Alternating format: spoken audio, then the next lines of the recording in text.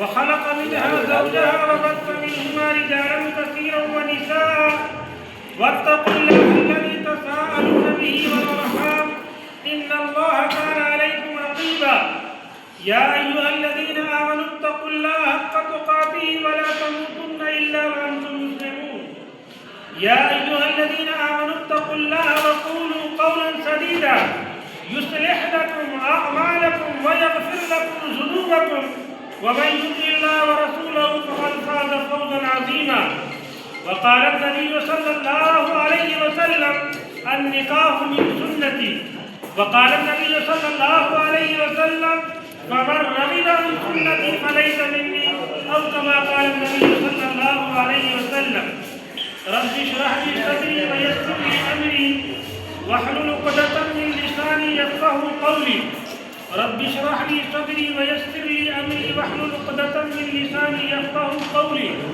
رب يسر ولا تعسر وتمم بالخير. محترم سامعین حاضرین، ہمارے نکاح پڑھانے کا دستور اور طریقہ جو ہے اس طریقے سے ہوتا ہے کہ نکاح کو عام کیا جائے. اللہ کے نبی کی حدیث ہے کہ ایسی چپکی چپکی نکاح ہونے کا پتہ نہیں چلتا ہے. لوگ کھانے میں اور ادھر ادھر مصروفیات میں لگے رہ جاتے ہیں، لیکن اصل تو یہی ہے جس کی فکر سے ہم سب آئے ہیں. اور اسی نکاح کی بابرکت محفل میں شریک نہ ہو پائے بڑی بدقسمتی کی بات ہے. جتنا مجمع جتنے مہمان الحمدللہ آئے وہ اس نکاح ہی کی برکت سے آئے، یہ خالی کھانے آئے. نکاح اصل ہے. اور جو آیتیں اور صورتیں ہم نے آپ کے سامنے تلاوت کی ہیں، سارے قاضی حضرات جو ہے ہر نکاح میں یہی صورتوں کی تلاوت کرتے ہیں. یہاں تک کہ یہ تمام چاروں آیتیں جو ہے اللہ کے نبی کے زمانے سے ہوتی ہوئی آ رہی ہیں. اور اللہ کے نبی صلی اللہ علیہ وسلم کا دستور یہ ہوتا تھا کہ کوئی خوشی کا موقع ہو، کوئی غم کا موقع ہو، اس وقت آپ کچھ نہ کچھ خطاب ضرور فرماتے تھے، بیان ضرور فرماتے تھے، تاکہ لوگوں کو پتہ چلے، کچھ میسج لے کے جائے، کچھ پیغام لے کے جائے، کوئی بات ذہن دماغ میں اتر جائے جو کامیابی کے لیے ہمارے لیے اور سننے والے کے لیے نجات کا ذریعہ بن جائے. تو دنیا کو اللہ پاک نے جس طریقے سے بنایا ہے، ایک سسٹم سے بنایا ہے، اور اس دنیا سے پہلے جو سب سے پہلے عبادت کا کام ہوا ہے وہ کون سا کام ہوا ہے؟ جب نماز نہیں آئی تھی، روزہ فرض نہیں ہوا تھا، زکاتیں نہیں آئی تھی، حج فرض نہیں ہوا تھا، تمام کوئی عمل فرض نہیں ہوا تھا. سب سے پہلے اللہ نے حضرت آدم کو پیدا کیا.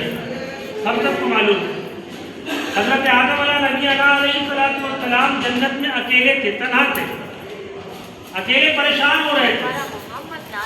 تو اللہ سے یہ دعا کی، شکایت سے اللہ پاک میرا کوئی ساتھی بنا دے، میرا کوئی غم گسار بنا دے، میرے ساتھ میں رہنے والا بنا دے، میں تو اکیلے پریشان ہو رہا ہوں. تو اللہ نے کہا کہ آدم اپنی آنکھ کو بند کرو، اور بند کرنے کے بعد اللہ نے اپنی قدرت سے ان کی پتلی سے حضرت حوا کو پیدا کر دیا. جب حضرت حوا سامنے کھڑی ہو گئی تو حضرت آدم نے سوچا کہ لاؤ کی طرف لگ کے ہاتھ پکڑے گا، نہیں ابھی ہاتھ نہ لگانا، یہ تمہاری بیوی نہیں ہے، تم اس کو چھو نہیں سکتے ہو. نہ کوئی انسان تھا اس وقت، نہ کوئی پیغمبر تھا، فرشتوں کی پوری جماعتیں تھیں، فرشتوں کی نورانی جماعتیں موجود تھیں.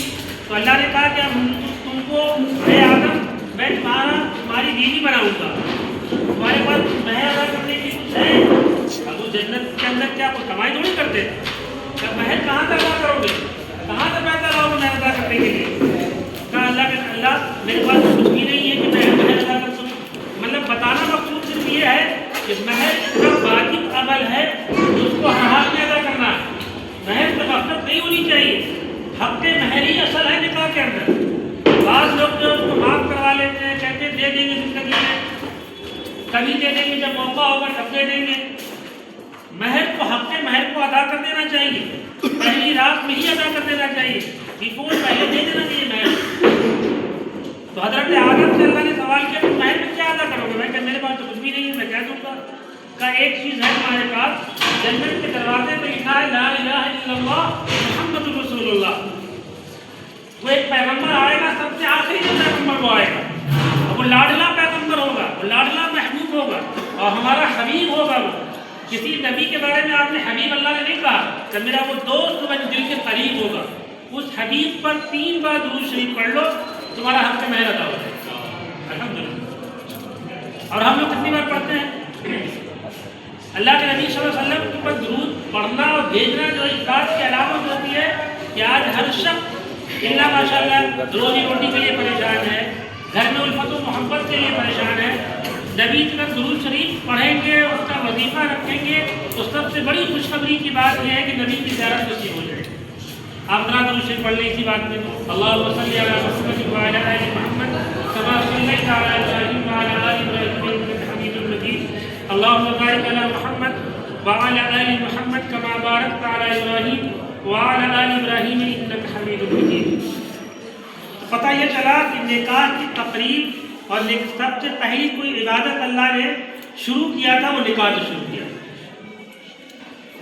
اور اللہ نے جنت میں ہی آدم و حوا کا جوڑا بنا کے سارے انسانوں کو پیدا کر دیا، اور سب سے پہلی عبادت شروع ہوئی۔ نکاح کو لوگ آسان نہ سمجھے، نکاح کو آسان بنایا گیا ہے لیکن آسان عبادت نہ سمجھے، بہت بڑی عبادت بھی ہے۔ نکاح ہونے کے بعد انسان بڑے بڑے جرائم سے گناہوں سے بچتا ہے۔ سب سے پہلی تو ہے کہ عزت کی حفاظت ہوتی ہے، نکاح سے روزی کے راستے کھلتے ہیں، نکاح سے گناہوں سے حفاظت ہوتی ہے، اور اللہ کے نبی نے فرمایا کہ نکاح یسر ولا عسر، نبی کی حدیث ہے کہ نکاح آسان ہے، نکاح مشکل نہیں ہے۔ آج ہم آپ اپنے آپ کو ٹٹولیں کہ نکاح کتنا مشکل ترین عمل کا نام ہے کہ نہیں بھائی؟ جس کے بعد 4 بیٹیاں ہیں، بات کیجیے گا، روز کمانے کھانے والا آدمی ہے، کلیجے سے ہاتھ رکھا کہ میں کیسے جہیز کا انتظام کروں گا، بڑے سے بڑے میرج ہال کا انتظام کروں گا، کہاں سے اتنا لوگوں کو کھلاؤں گا، کہاں سے لاؤں گا انتظام کریں۔ ہم نے دیکھا اور میں نے مشاہدہ کیا ہے کتنے باپ کا ہارٹ اٹیک پر دنیا چلے گئے بیچارے، اس غم میں، اس ٹینشن میں کہ بیٹیوں کا جو ہاتھ کیسے کھلا ہوگا۔ یہ سچائی ہے، اسے ہم انکار نہیں کر سکتے، یہ حقیقت ہے جس کو ہم لوگوں نے مشکل بنا دیا، ہم لوگوں نے مشکل بنایا ہے، جبکہ قرآن کہتا ہے، حدیث کہتا ہے کہ نکاح آسان ہے۔ ہاں، نکاح کے بعد جو ولیمہ ہے وہ حیثیت کیجیے، اللہ نے جتنا نوازا ہو دیا ہو پورے شہر کو کھلا دیجیے، اس میں بھی فاؤنڈیشن ہے کہ قرضہ لے کر ولیمہ نہ کیجیے، بیاج میں پیسہ لے کے ولیمہ نہ کیجیے، جتنا 4 لوگ کھلا دیجیے، 6 لوگ بلا کے کھلا دیجیے، ولیمہ ادا ہو جائے، اس میں بھی قرضہ نہ لیا جائے، بیاج میں پیسے نہ لیے جائے۔ یعنی کل ملا کے یہ ہے کہ اللہ نے ہر کام کو آسان کیا ہے جس کو ہم نے مشکل بنایا ہے، اور کچھ امیروں نے دکھا کے دے کے اور مشکل بنا دیا ہے، اور مشکل ترین بنا دیا ہے، جبکہ بیٹی کا جو حق ہوتا ہے، اصل حق جو ہوتا ہے باپ کی جائیدادوں میں ہوتا ہے، جس کو لوگ نہیں دیکھتے۔ بات کیجیے، جس کو اگر بیٹی مطالبہ کر لے وہی تو اولاد ہے ہماری، اگر وہ مطالبہ کر دے تو بائیکاٹ ہو جاتا ہے، یہ مانگ رہی ہے، یہ وراثت میں حصہ مانگ رہی ہے، اس سے بولنا چلنا آنا جانا بند کر دو۔ جبکہ اسلام، اللہ نے وراثت میں بیٹی کا حق رکھا ہے باپ کے مال میں، وہ بھی تو آپ کی اولاد ہے، جو چیز دینا چاہیے وہ نہیں دی جاتی ہے، اور جس چیز سے منع کیا گیا اس میں لوگ بڑھ چڑھ کے حصہ لیتے ہیں۔ لیکن جو بیٹا والا بھی اگر کوئی مطالبہ کرنے والا ہے، جہیز کا مطالبہ کرنے والا ہے، اس کے گھر پتہ نہیں شادی کرنی چاہیے۔ آج وہ اتنا منہ کھولے گا، اتنا کھولے گا، اتنا منہ کھولے گا، حریص لالچی لوگ، جو بیٹی والا اپنے غریبی مواقع جو دے دیا خوشی الگ، اپنی کمائی پہ، اپنی محنت پہ بھروسہ رکھو، اللہ سب کچھ دے دے۔ متاع الدنیا المرأۃ الصالحہ، حدیث میں آیا ہے کہ دنیا کی سب سے اچھی کوئی نعمت ہے، دنیا کی، یاد رکھیے گا، دنیا کی سب سے اچھی کوئی نعمت ہے کہ وہ نیک بیوی ہے، جس کو عطا کر دیتا دنیا میں جنت کا مزہ آتا ہے، اور جس کو ذرا بھی بدتمیز بد اخلاق مل کے بیچارے زندگی اکیرت ہو جاتی ہے، دن بھر ٹینشن میں، کام کرو تو بھی ٹینشن میں۔ آپ کو اتنا آسان ہے کہ ٹینشن جیسی فون کر کے کہاں ہو، ادھر ہو، ذرا پریشان ہو جا رہا ہے، گھر میں رہو تو ٹینشن، باہر رہو تو ٹینشن، کہیں سکون نہیں۔ ایک سال کے بعد میں بات ختم کرنا چاہتا ہوں، ایک ہفتے پہلے کی بات ہے، ایک ماشاء اللہ بات شرع آدمی ہے، جماعت سے لگے ہوئے ہیں، ان کا نکاح مطلب شادی ہمیں نے کرائی بھی تھی ڈھونڈ ڈال کے۔ اس کے بعد ایک ہفتے بعد وہ آئے، مولانا صاحب میں ایک بات کرنے آیا ہوں، آپ کو کیا ہوا بتاؤ تو، کہ میں نے دوسرا نکاح کر لیا۔ ہم نے کیوں؟ ہمارے 3 بچے ہیں ماشاء اللہ، ہمارے انڈیا پاکستان بنگلہ دیش میں اس کو گناہ سمجھتے ہیں لوگ، کیوں کر لیا؟ کہنے بیوی سے سکون نہیں تھا، بیوی سے سکون نہیں تھا، اس لیے نوجوانوں اللہ سے دعا کیا کرو اللہ نیک بیوی عطا فرما۔ قرآن کیا کہتا ہے؟ لِتَسْكُنُوا إِلَيْهَا، کہ ہم نے بیوی کو اس لیے بنایا ہے کہ شوہر کو سکون دے، اطمینان دے، کہیں سے تھکا مارا پریشان آئے، بیوی اپنی مسکراتے ہوئے اسماعیل کے ساتھ استقبال کریں گے، ساری پریشانی کو بھول جائیں گے۔ یہ کیسے آئے گی؟ جب گھر میں دین کا ماحول ہوگا، جب وہ جانتی ہو کہ شوہر کا مقام کیا ہے، شوہر کا مرتبہ کیا ہے، شوہر سے کیسے پوچھ کرنی چاہیے، شوہر سے کیسے برتاؤ کرنا چاہیے، تب وہ کر پائے گی۔ اگر گھر کا ماحول نہیں ہے دین کا اور دین کے حساب سے نہیں ڈھالا گیا ہے تو جو ہمارے کو ناٹک اور سیریل دیکھنے کے تمام تماشے جو ہو رہے ہیں وہ ہوتے رہیں گے۔ اس لیے ہم دعا کرتے ہیں کہ اللہ پاک اس نکاح کو بابرکت نکاح بنا دے، دونوں گھروں کو اللہ پاک آباد فرما دے، خوب محبت سے اللہ پیدا فرما دے، تو نکاح کی برکت سے صالح اولاد عطا فرما دے۔ اور جتنی بچیاں ہماری بیٹھی ہیں بے بیائی، ان کے رشتے نہیں آ رہے، پیغامات نہیں آ رہے، لوگ پریشان ہیں، اللہ ان کے لیے بہتر سے بہتر جوڑے کا انتظام کرے۔ اور نوجوانوں سے خاص طور سے کہوں گا کہ گاڑی پہ اور جہیز پہ بالکل لالچ نہ کرو، کبھی بھی میں ساتھ ہی نکاح کروں گا، کچھ مطالبہ میرا نہیں ہے۔ مسجد میں نکاح ہوگا، چند لوگوں کو بلا کے نکاح ہوگا، لیکن ہم بارات سرات تمام ڈھول تماشے نہیں کریں گے۔ ابھی بھی ڈھول تماشے شہر کے اندر ہے، شیطانوں کو بلا بلا کے نچایا جاتا ہے، بعد میں پورا خاندان ناچتا ہے ایک ساتھ، ایسا نہیں ہوتا۔ اللہ پاک ان وباؤں سے، ان بیماریوں سے، ان عبادتوں سے اللہ سب کو محفوظ رکھے۔ قربان توفیق دے گا۔ کوئی بات ناگوار میں مجھ سے معلوم ہے۔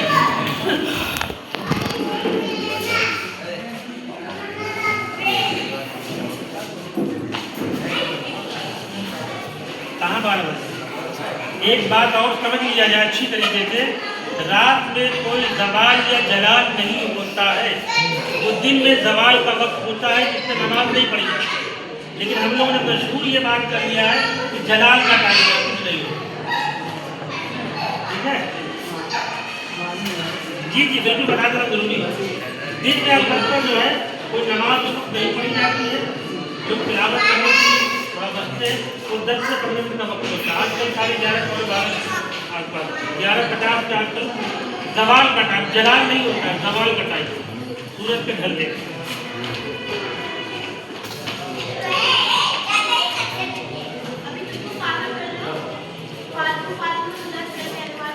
جناب اختر حسین صاحب کی مدد کرنے کا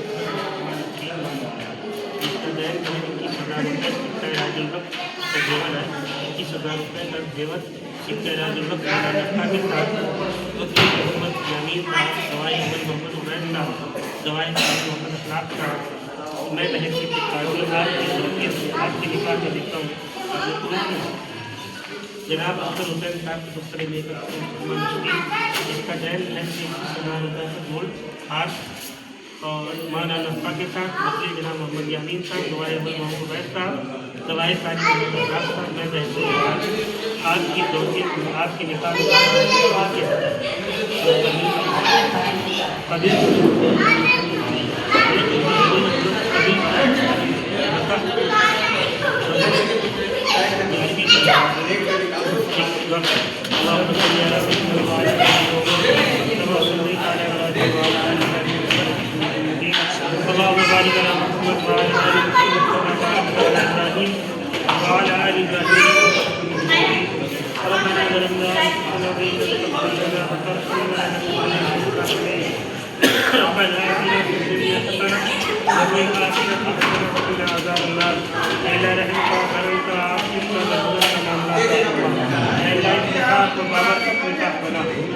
زوجین کے درمیان خوب محبت پیدا فرما، اے اللہ میاں بیوی کے درمیان خوب محبت چاہت پیدا فرما، اے اللہ ایسی محبت پیدا فرما جیسی حضرت علی اور فاطمہ رضی اللہ تعالیٰ عنہ کے درمیان تھی۔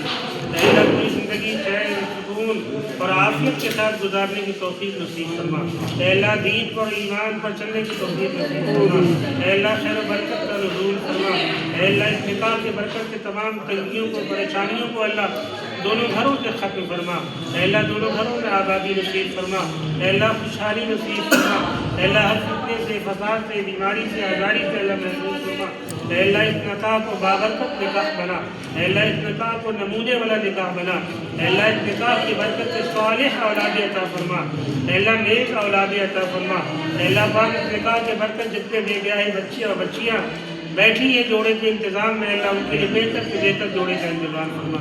بہتر سے بہتر رشتے کا انتظام فرما۔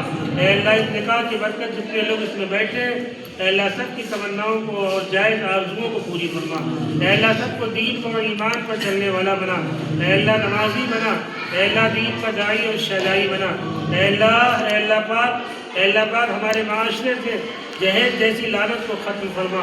اے اللہ جہیز جیسی لعنت کو ختم فرما۔ اے اللہ اس نکاح کو امن والا، عافیت والا، برکت والا نکاح بنا۔ اے اللہ جو بھی کوتاہیاں ہوئی ہوں جانے میں انجانے میں اے اللہ سب کو معاف فرما۔